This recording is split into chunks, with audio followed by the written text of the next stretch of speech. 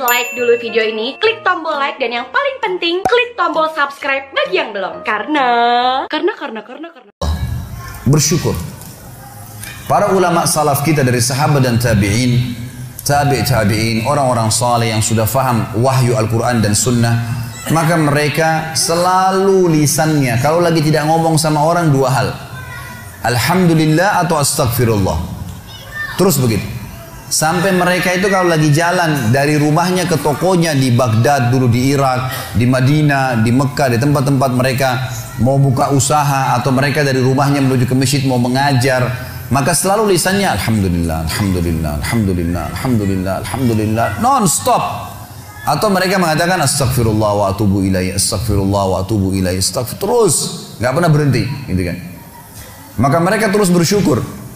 Makanya dengan syukur ini kita sudah sentil sedikit gambarannya kemarin. Saya sudah berikan gambaran kalau dengan kalimat alhamdulillah ini sebenarnya password untuk menambah rezeki. Ucapkan itu selalu. Bangun tidur suruh baca alhamdulillah, habis makan alhamdulillah, habis minum alhamdulillah, selalu ditekankan untuk ucapin itu. Maka mestinya kita ucapkan. Sayangnya kita sangat jarang sekali untuk mengucapkan kalimat ini. Bahkan teman-teman sekalian, habis sholat wajib saja, yang ada hadis Nabi SAW, siapa yang membaca subhanallah 33, alhamdulillah 33, Allahu Akbar 33, lalu dia genapkan 100 yang membaca la ilaha illallah wahdahu la syarika lah, lahul mulku wal hamdu wa huwa ala kulli syai'in qadir, maka akan diampuni dosanya walaupun sebanyak buih di lautan. Tapi pertanyaannya, siapa yang dapat nih? Padahal kalau untuk baca ini saya pernah pakai durasi menit, teman-teman sekalian. Baca dengan sangat tenang pun itu 7 menit sudah selesai sebenarnya. Baca ayat kursinya, baca al-ikhlas, al-falaq, an-nasnya, dengan baca subhanallah, alhamdulillah, Allah akbar masing-masing 33 kali. Maksimal 7 menit. Tapi pertanyaan, siapa yang dapat nih? Karena banyak orang tidak menganggap penting untuk mengucapkan zikir kepada Allah, terutama masalah alhamdulillah. Maka mereka buru-buru sekali. Subhanallah, subhanallah, alhamdulillah, alhamdulillah, alhamdulillah, Allah akbar, Allah akbar, Allah akbar. Apa ini? Bagaimana bisa dapat gitu kan? Bagaimana kalau seandainya Anda sedang kerja di perusahaan ingin minta dinaikkan gajinya? Bagaimana tulisannya itu, permohonannya? Kepada yang terhormat pimpinan perusahaan, dirut ya di tempat saya telah mengabdi selama 10 tahun, disebutkanlah kebaikan-kebaikannya, perusahaan ini juga baik. Saya berharap bisa dinaikin 1 tingkat jabatan saja, atau dinaikin gaji saya sekian persen. Atas kerjanya kami ucapkan terima kasih, taruh di ruangan dirutnya. Kira-kira berani nggak pegawai ini ketuk-ketuk, mana tadi kemarin tuh yang saya sudah ajukan, gitu kan? Nggak bisa nunggu sebulan belum datang, sabar. Kenapa? Kalau doa rewel gitu. Mestinya sabar kepada Allah Subhanahu Wa Taala. Allah tahu kebutuhan kita kok. Allah tahu kebutuhan hamba-hambanya. Bahkan kita tidak minta pun Allah tahu kebutuhan hambanya, gitu kan? Allah tahu kebutuhan hambanya. Jadi harusnya bersyukur teman-teman sekalian. Kita biasakan bersyukur kepada Allah Subhanahu Wa Taala. Masih ingat tadi pagi saya bilang banyak hal-hal yang bahkan dianggap buruk oleh manusia, ternyata sebuah rezeki. Seperti tadi lapar, haus, capek. Mulai sekarang jangan kalau lapar bilang aduh lapar, nggak boleh. Karena kalau tidak lapar nggak enak kita makan. Mestinya alhamdulillah saya lapar. Itu aja mestinya kita syukurin. Hal-hal yang kita anggap buruk juga sebuah nikmat sebenarnya. Karena tanpa lapar tidak enak orang makan. Kalau haus, alhamdulillah saya haus. Karena memang kalau tidak haus nggak enak kita minum. Begitu pula dengan capek, alhamdulillah saya capek. Karena dengan capek enak rasanya tidur itu. Tapi kalau tidak capek kita nggak enak tidurnya, gitu kan? Bahkan kadang-kadang kita gelisah bangun tengah malam karena sudah terlalu banyak tidur. Coba kalau kita capek luar biasa, mestinya lisan kita mengatakan alhamdulillah. Allah menyebutkan dalil tentang pentingnya bersyukur ini di dalam surah Al-Ankabut, surah nomor 29 ayat 17. A'udzu billahi minasyaitonir rajim. Innama ta'buduna min dunillahi awthanan wa takhluquna ifka. Sesungguhnya kata Allah, semua yang kalian sembah selain Allah adalah berhala-berhala. Patunglah, pohonlah, apalah, semuanya itu berhala kata Allah. Dan kalian membuatnya dengan ifka, kedustaan. Orang nyembah berhala, dia sendiri yang pahat matanya, dia sendiri yang buat hidungnya, dia sendiri yang buat kepalanya, topinya, apalah. Kemudian dianggap, oh ini Tuhan. Gimana cara? Kata Allah, ini ifka, ini kedustaan. Kalian dustain diri kalian sendiri kata Allah.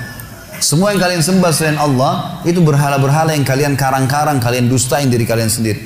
Dan subhanallah kebanyakan orang ujung-ujungnya ini karena masalah duit saja. Banyak kita ambil ruang lingkup orang Islam saja misalnya. Ada seorang dikenal namanya Badawi di Mesir. Nanti kita tarik ke Indonesia ini contohnya. Badawi ini di Mesir sebenarnya dulunya bukan seorang alim ulama, orang biasa, tapi dikenal di masyarakat. Waktu dia meninggal, karena dia sering baik sama masyarakat, ada satu masyarakat wakafin tanah di kebunnya, ini buat kuburannya si Badawi. Berjalan waktu, ahli waris pemilik kebun menjual tanah-tanah mereka, akhirnya sampai membuat kuburan tersebut berada di pinggir jalan. Lewatlah dua orang yang fasik. Fasik ini muslim tapi banyak dosanya, nggak memikirkan masalah, nggak takut dengan akhirat, nggak takut dengan dosa-dosanya, nggak pernah berpikir masalah neraka. Maka lewat, ban mobilnya pecah pas dekat di seberang kuburan itu, seberang jalan. Yang satu lagi perbaikin ban, yang satu ini melihat ke arah kuburan itu. Ternyata dalam hitungan 5 menit saja, itu ada 10 orang lewat. Dari 10 orang ini, 8 orang memberikan salam ke kuburan itu. Salam, seorang muslim berikan salam kuburan sunnah Nabi. Gitu. Orang fasik ini mengambil sebuah kaleng tua di dekat mobilnya, kemudian dia menyeberang, ditaruh di dekat kuburan itu, lalu dia pindah ke sebelah. Dilihat sama dia, 5 menit ke depan lagi seperti apa. Ternyata dari 10 orang yang lewat, selain memberikan salam, ada 2 orang nitipin duit. Masukin ke kaleng bekas itu. Dia bilang sama temannya, sebentar ada proyek nih. Dia pergi ke toko bangunan, beli semen, beli keramik, beli pagar, dirombak tuh kuburan hari itu. Pasang celengan yang lebih bagus lagi. Dia sama temannya besok duduk di seberang jalan, lihat perkembangan. Ternyata dari pagi sampai sore, di antara orang yang lewat karena kuburannya sudah bagus, ada yang berikan salam, ada yang titipin fulus, duit lagi. Kalengnya penuh, gitu kan?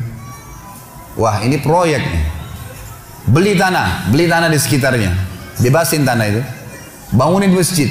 Dan sekarang teman-teman sekalian, masjid itu bisa menampung sekitar 1000 orang, dan di dalamnya ada kuburan si Badawi tadi. Setiap hari orang berbuat kemusyrikan, minta-minta sama kuburan tersebut, berharap bisa diberikan keselamatan lah, kalau menikah bisa berkah lah, minta sama kuburannya si syekh ini, dan diistilahkan dengan Syekh Badawi. Ini bukan syekh, bukan seorang alim dulu.